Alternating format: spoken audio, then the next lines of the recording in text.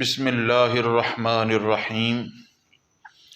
آج کی یہ گفتگو نبی رحمت صلی اللہ تعالی علیہ وآلہ وسلم کے اس عظیم خطبہ پر مشتمل ہے جو آپ صلی اللہ علیہ وآلہ وسلم نے رمضان المبارک کی اہمیت فضیلت کے متعلق شعبان کی آخری رات آخری دن صحابہ کرام رضوان اللہ علیہم اجمعین کو ارشاد فرمایا، اور یقیناً رمضان کی اہمیت کو سرکار دو عالم صلی اللہ علیہ وآلہ وسلم سے بہتر نہ کوئی سمجھ سکتا ہے اور نہ کوئی بیان کر سکتا ہے۔ اور یہ حدیث شریف بہت سی کتب حدیث میں موجود ہے، صحیح ابن خزیمہ میں موجود ہے۔ راوی حدیث حضرت سیدنا سلمان رضی اللہ تعالی عنہ ہیں۔ وہ فرماتے ہیں، خطبنا رسول اللہ صلی اللہ علیہ وآلہ وسلم فی آخر یوم من شعبان فقال یا ایہا الناس قد اظلکم شہر عظیم مبارک شہر فیہ لیلۃ خیر من الف شہر۔ حضرت سلمان رضی اللہ عنہ فرماتے ہیں، سید الاولین والآخرین سیدنا محمد الرسول اللہ صلی اللہ علیہ وآلہ وسلم نے شعبان کی آخری تاریخ میں ہمیں خطبہ ارشاد فرمایا یا ایہا الناس، اے لوگو، قد اظلکم شہر عظیم مبارک، تمہارے اوپر ایک مہینہ آ رہا ہے جو بہت بڑا ہے، بہت عظیم ہے اور مبارک ہے، بہت مبارک مہینہ ہے۔ شہر فیہ لیلۃ خیر من الف شہر، یہ ایک ایسا مہینہ ہے، اس میں ایک رات ہے شب قدر جو 1000 مہینوں سے بڑھ کر ہے۔ اور حضور علیہ السلام نے مزید اس کی فضیلت بیان فرمایا، شہر جعل اللہ صیامہ فریضۃ وقیام لیلہ تطوعا من تقرب فیہ بخصلۃ کان کمن ادی فریضۃ فیما سواہ ومن ادی فریضۃ فیہ کان کمن ادی 70 فریضۃ فیما سواہ۔ اللہ تعالیٰ نے اس مہینے کے روزوں کو فرض فرمایا اور اس مہینے کے رات کے قیام کو یعنی تراویح کو ثواب کی چیز نفل بنایا ہے، فرض نہیں نفل بنایا ہے، لیکن ہے اس کی بڑی اہمیت۔ اس پر ہم انشاءاللہ الگ سے ڈیٹیل میں بات کریں گے، اس کے مسائل پر اور بزرگان دین کے معمولات پر۔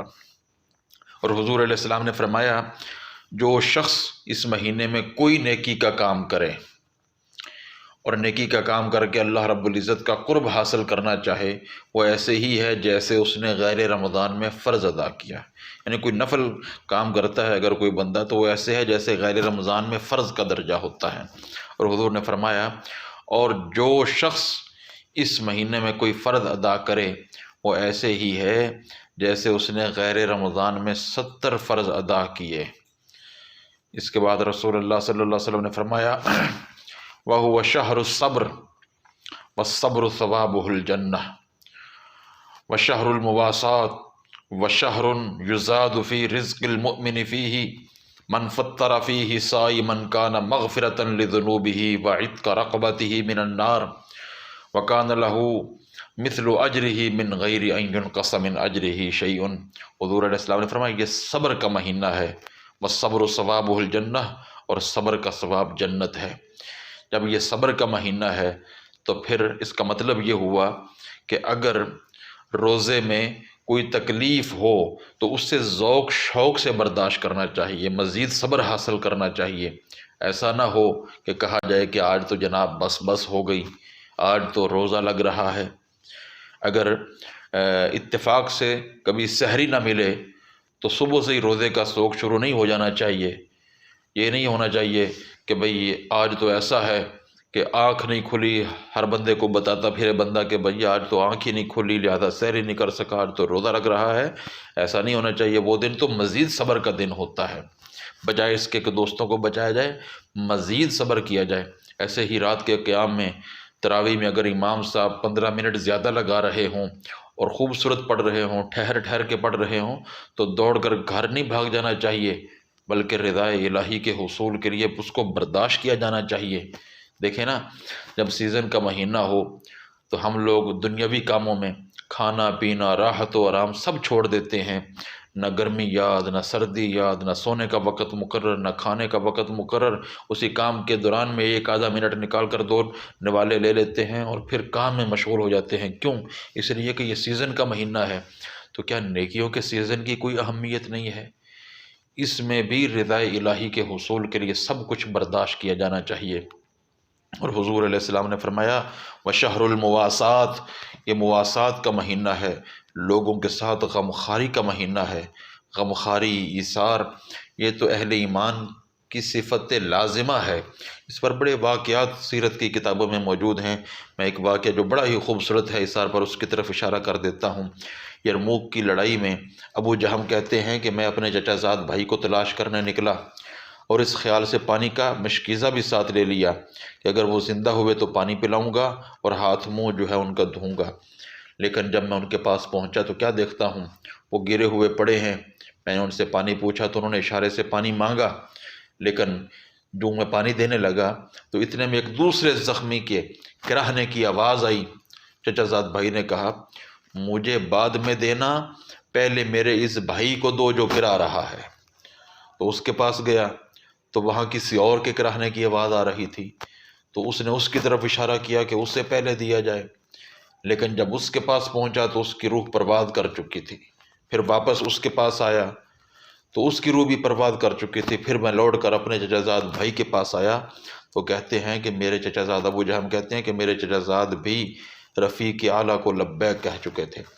تو یہ تو ایثار کا مہینہ ہے، یعنی اگر آپ کے پاس کم بھی ہے تو ایثار کرتے ہوئے، لوگوں کے ساتھ غمخواری کرتے ہوئے ان کے ساتھ ہاتھ بٹانا چاہیے۔ اور حضور علیہ السلام نے فرمایا شہر یزاد فی رزق المؤمن فیہ، اس مہینے میں مومن کا رزق بڑھا دیا جاتا ہے۔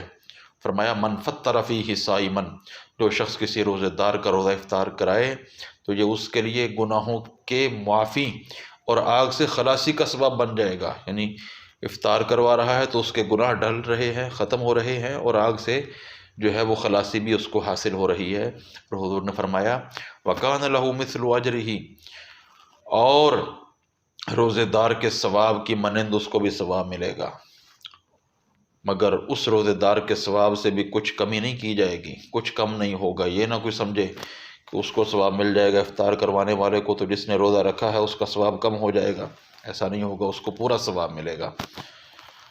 تو قالوا یا رسول اللہ لیس کلنا یجد ما یفطر الصائم، فقال رسول اللہ صلی اللہ علیہ وسلم یعطی اللہ هذا الثواب من فطر صائما على تمرة او شربت ماء او مذقة لبن۔ صحابہ کرام رضوان اللہ علیہم اجمعین نے عرض کیا رسول اللہ، ہم میں سے ہر شخص تو اتنی طاقت نہیں رکھتا کہ روزے دار کو افطار کروائے۔ تو آپ نے فرمایا یہ ثواب تو اللہ رب العزت اس کو بھی عطا فرما دیتا ہے جو ایک کھجور سے کوئی افطار کرا دے، یا ایک گھونٹ پانی پلا دے، یا ایک گھونٹ دودھ پلا دے، اتنے پر اللہ رب العزت یہ ثواب عطا فرما دیتا ہے۔ لیکن جو اس سے زیادہ پیٹ بھر کے کھلائے گا اس کا اجر تو اس سے بھی زیادہ ہے پھر۔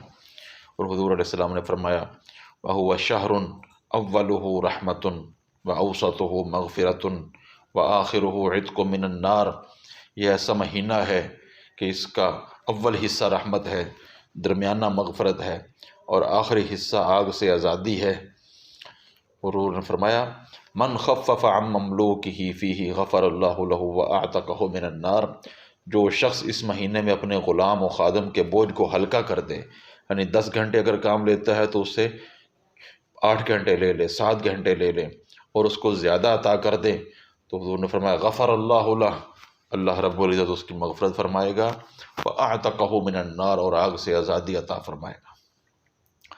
اور حضور علیہ السلام نے مزید اس خطبہ کے اندر جو جامع ترین خطبہ تھا رمضان کی اہمیت کے حوالے سے، حضور علیہ السلام نے صحابہ کو فرمایا وَاسْتَكْثِرُوا فِيهِ مِنْ 4 خِصَالٍ خَصْلَتَيْنِ ترضون به ربكم وخصلتين لا غنى بكم عنهما، فأما الخصلتان اللتان ترضون به ربكم فشهادة أن لا إله إلا الله وتستغفرونه، وأما الخصلتان اللتان لا غنى بكم عنهما فتسألون الله الجنة وتعوذون به من النار، ومن أسقى صائما سقاه الله من حوض شربة لا يظمأ حتى يدخل الجنة۔ بڑی عظیم بات حضور نے فرمائی۔ حضور نے فرمایا 4 چیزوں کی اس مہینے میں کثرت کیا کرو، جن میں سے 2 چیزیں اللہ کی رضا حاصل کرنے کے لیے، اور 2 چیزیں ویسے ہی ایسی ہیں کہ جو ہر مومن کے لیے ضروری ہیں۔ پہلی 2 چیزیں جن سے اپنے رب کو راضی کرو وہ کلمہ طیبہ ہے اور استغفار کی کثرت ہے، یعنی کلمہ طیبہ کی کثرت کرو، اللہ الہ الا اللہ اس کی کثرت کرو اور استغفار کی کثرت کرو۔ اور دوسری 2 جو چیزیں ہیں جو ہر مومن کے لیے ہے ہی ضروری، اس کے لیے کوئی چارہ ہی نہیں ہے، وہ یہ ہے کہ اپنے اللہ سے جنت مانگو اور اللہ سے جہنم سے پناہ مانگو۔ اور حضور علیہ السلام نے دوبارہ تاکید کرتے ہوئے افطاری کی اہمیت، روزہ داروں کو کھانا کھلانے کی اہمیت بیان کرتے ہوئے ارشاد فرمایا، جو شخص کسی روزہ دار کو پانی پلائے گا تو حق تعالیٰ قیامت کے دن میرے حوض سے اس کو ایسا پانی پلائے گا جس کے بعد جنت میں داخل ہونے تک اس کو پیاس نہیں لگے گی۔ اللہ رب العزت ہمیں رمضان المبارک سے پہلے رمضان کی تیاری کرنے کی توفیق نصیب فرمائے۔ انشاءاللہ رمضان المبارک کی فضائل پر مزید ویڈیوز بھی سرکار دو عالم صلی اللہ علیہ وسلم کے فرامین رمضان کی اہمیت پر، رمضان کی فضیلت پر جو ہیں انشاءاللہ ہم گاہے بگاہے ذکر کرتے رہیں گے۔ اللہ رب العزت ہمیں اس پر عمل کی توفیق نصیب فرمائے۔